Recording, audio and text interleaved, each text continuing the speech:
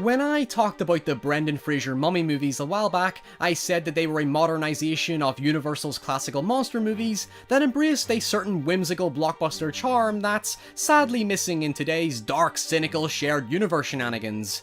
But in its own right, The Mummy set itself up to be its own shared universe until franchise writer, producer and director Stephen Sommers decided to extend his passion into a more grandiose homage to the Universal classical monsters with a horror action adventure that amalgamated Dracula, the Wolfman, Frankenstein, and even Mr. Hyde into one ridiculously over-the-top gothic circus. It was by no means a monumental amalgamation, but as a big-budget fanfic starring the one and only Wolverine, as he was yet to be known for anything else, unless you count Kate and Leopold or Swordfish as your thing, this was an early example of both the best and worst traits that the shared universe trend would eventually entail.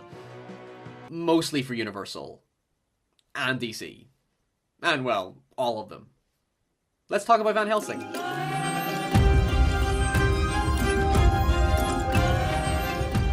You could say Van Helsing was just another blockbuster B-movie schlockfest, but I'd argue it was an overzealous butchering of everything the Bram Stoker and Mary Shelley novels revolved around without much in the way of nuance. Sure, it captures the entrancing gothic setting with a visual splendor that screams classical cinema, similar to Sommers' previous monster movies, but whereas they were gleeful enough to take you along on the ride, at times Van Helsing just becomes pure mythical masturbatory by throwing enough crap at the screen that you'll not notice that not a whole lot happens story-wise.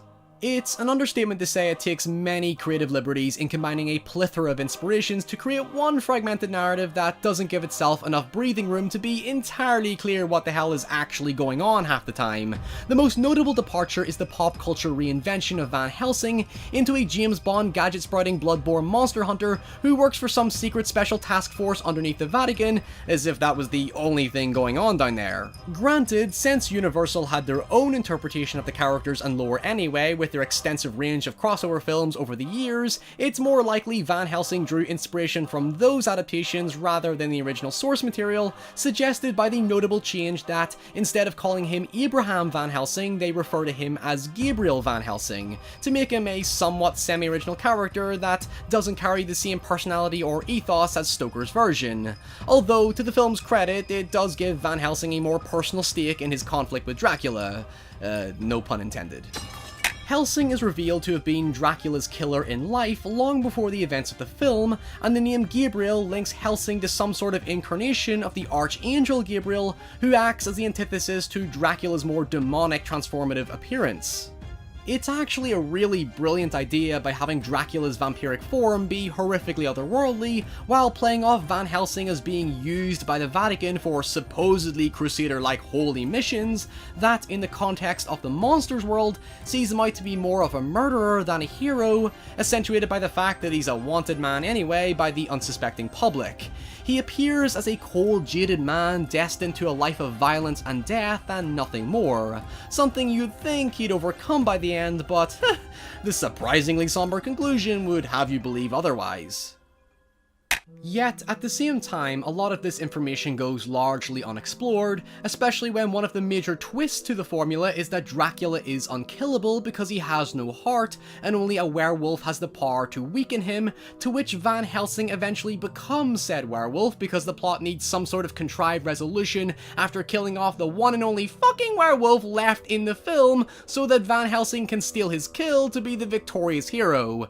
I mean, if you're going to imply he's symbolically linked to an archangel, why not make him an archangel, you know? Like, as in the contrast between good and evil? You realize what stories you're supposed to be inspired by, right? Anyway, I'm getting ahead of myself. Given it released several months after The League of Extraordinary Gentlemen, you could see it as a better gothic-style adventure crossover that doesn't want to make you pull your nostril hairs out, because if it did one thing right, it was distracting you with just enough satisfying monster mayhem to sink your teeth into.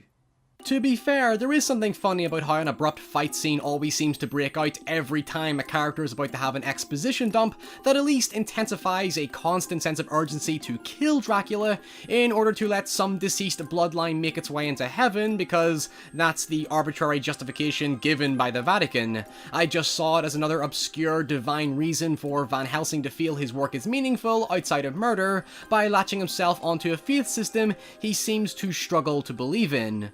Or maybe Hugh Jackman is just phoning in his performance, I have considered that. Sure, it does seem to partially overshadow Dracula's end-of-the-world intentions, even if his characterization is wonderfully cartoonish in comparison that it's hard to take seriously, despite the fact that half the time I'd much rather be watching him walk up and down walls, talking pseudo-philosophical gibberish about life and death, than repetitively seeing Van Helsing naturally solve every problem with kill everything, undermining that extremely vague suggestion that he wants to give up his life of violence.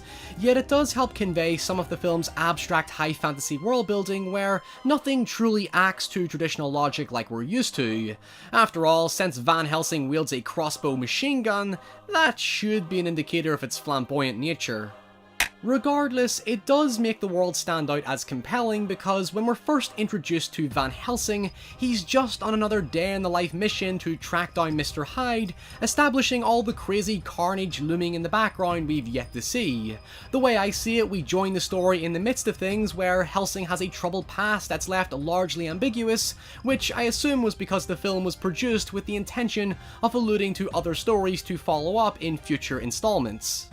In fact, considering it didn't have the initial fanfare behind it, Van Helsing seemed like it was trying to cram a trilogy of ideas into one movie, given it released shortly after the cinematic phenomenon that was The Lord of the Rings, and standing next to it makes it seem like a cheap gothic knockoff, particularly given Universal's desperation to get in on popular cinematic trends without an ounce of sincerity. Or hell, I'd even assume it was trying to be a less gritty, more family-friendly and epicer alternative to Underworld, which starred Kate Beckinsale as well, and was successful enough with its limited budget to get like 400 sequels or something. At its worst, you could argue that it introduces way too much of a potential origin story without indulging on any real relevant information. However, like I said earlier, that electrifying spectacle is ultimately the core soul of the entire movie. Put it this way, Van Helsing gets by on pure nonsensical mythical overload. Here we have a monster hunter on behalf of the Vatican fighting Dracula and his 3 brides who are trying to use the power of a werewolf and Frankenstein to give birth to their baby vampire bats, while Igor, played by Vinny from The Mummy, tries to stick an electric poker up the arsehole of Van Helsing's holy minion, who completes his character arc by awkwardly but heroically saving some random girl who bangs him, thus going against the biblical teachings of Jesus Christ that you can't have sex until you're married. Ah, we caught you out with your own agenda, you horny heathen bastard. But you're a monk. You shouldn't curse at all. Actually, I'm still just a friar. I can curse all I want. Damn it. Now, the emotional arc of the story is mostly rooted in Kate Beckinsale's Anna, who becomes the last of her Romanian family's bloodline after her brother gets transformed into a werewolf, and honestly, it does capture a real sense of tragedy between them that inadvertently makes Van Helsing out to be a bigger asshole by essentially interfering with their drama, even though it only goes to reinforce the kind of character Helsing has ultimately been made out to be.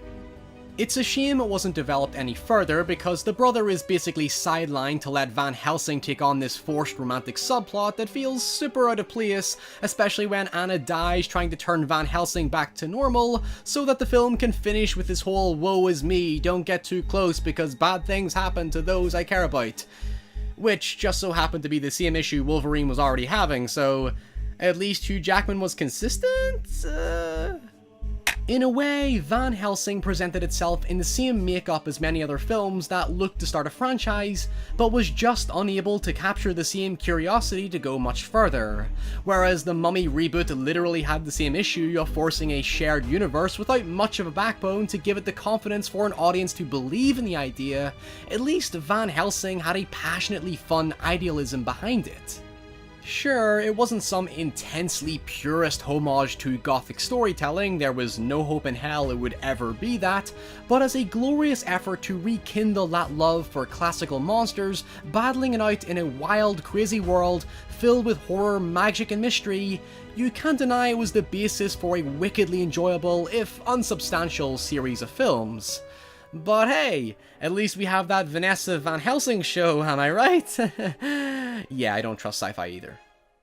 Hi everybody, thank you so much for watching, and also a belated thank you to everyone that congratulated me on my recent engagement. I'm still processing that, it's so crazy, but thanks again for that.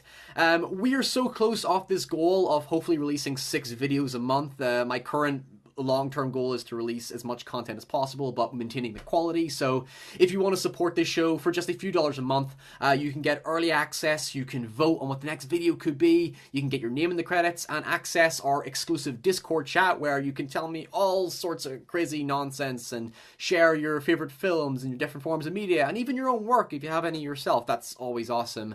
And until next time, please do consider following me over on Twitter and Instagram. I keep forgetting the word Twitter, it's hard to say for some reason. And yeah, stay safe, and I'll see you all very soon. Bye.